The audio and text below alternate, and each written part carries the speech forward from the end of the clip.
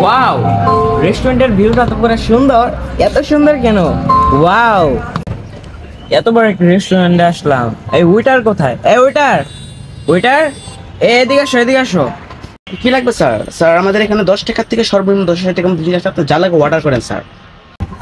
আসলে আমার তো টাকা পয়সার অভাব নাই। আমার আইফোনটা বাসায় রেখেছি, আমার মনে নেই ছিল না, নিচে প্রাইভেট কারে রাখা আছে। ও 10,000 টাকা দামের খাবার যদি আমি খাই, এগুলো এতগুলো খেতে পারবো না, শুধু শুধু অপচয় করা ঠিক না। তো তুমি আমাকে 10 টাকা দামের খাবারটাই দাও। স্যার আমাদের রেস্টুরেন্টে 10 টাকার মধ্যে সর্বনিম্ন এটা আছে, যেটা আপনার খাবার 10 টাকার মধ্যে এটা আছে।